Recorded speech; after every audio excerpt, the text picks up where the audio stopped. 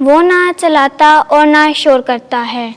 آج کے لیے ہماری پہلی تلاوت اشعیاء نبی کا صحیفہ، اس کا 42واں باب، اس کی پہلی تا 7ویں آیت مقدسہ تک۔ خداوند فرماتا ہے، دیکھو میرا خادم جس کو میں سنبھالتا ہوں میرا برگزیدہ ہے، جس سے میری جان خوش ہے۔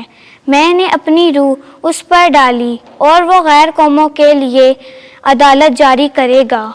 وہ نہ چلائے گا اور نہ شور کرے گا اور نہ بازاروں میں اس کی آواز سنی جائے گی۔ وہ مسلے ہوئے سرکنڈے کو نہ توڑے گا اور نہ ٹمٹماتی بتی کو بجھائے گا۔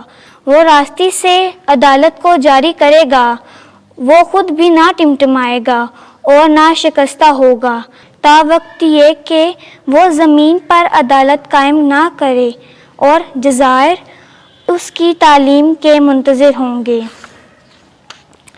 خداوند خدا یوں فرماتا ہے، یعنی وہ جس سے افلاک کو بنایا اور پھیلایا اور زمین کو ان چیزوں سمیت جو اس سے اگتی ہیں بچھایا، وہ جو اس پر رہنے والوں کو سانس اور اس پر چلنے والوں کو جان عطا کرتا ہے، کہ میں خداوند تجھے صداقت کے لیے بلاؤں گا اور تجھے ہاتھ سے پکڑوں گا اور تیری حفاظت کروں گا، اور تجھے امت کے لیے عہد اور غیر قوموں کے لیے نور بناؤں گا، تاکہ تو اندھوں کی آنکھیں کھولے اور قیدیوں کو زندان سے اور اندھیرے میں بیٹھنے والوں کو قید خانے سے نکالے۔ پاک کلام کے پڑھے اور سنے جانے پر خداوند کی برکت ہو۔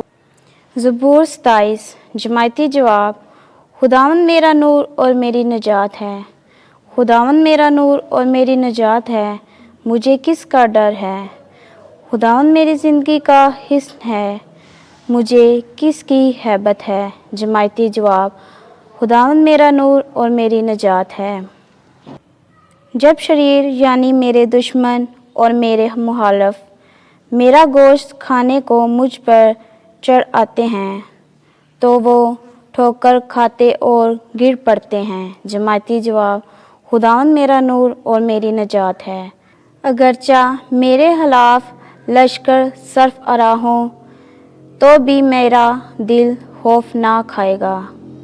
اگرچہ میری مخالفت میں جنگ برپاؤ، تو بھی میں خاطر جمع رہوں گا۔ جماعتی جواب: خداوند میرا نور اور میری نجات ہے، مجھے یہ یقین ہے کہ میں زندوں کے ملک میں خداوند کا فیض دیکھوں گا۔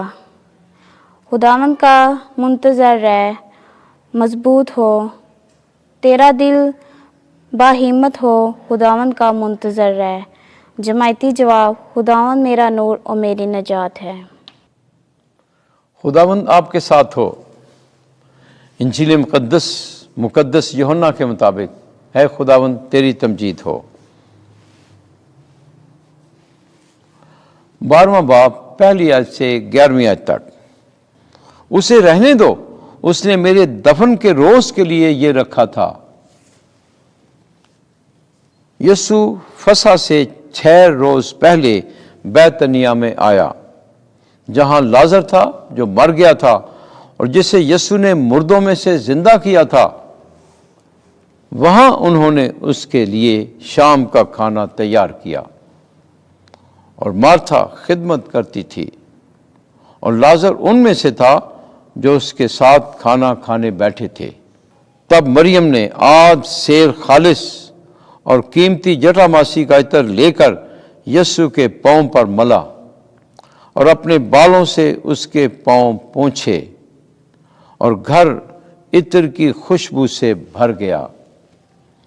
تب اس کے شاگردوں میں سے ایک یہودا اسکریوتی نے، جو اسے پکڑوانے کو تھا، کہا، یہ عطر 300 دینار میں بیچ کر غریبوں کو کیوں نہ دیا گیا؟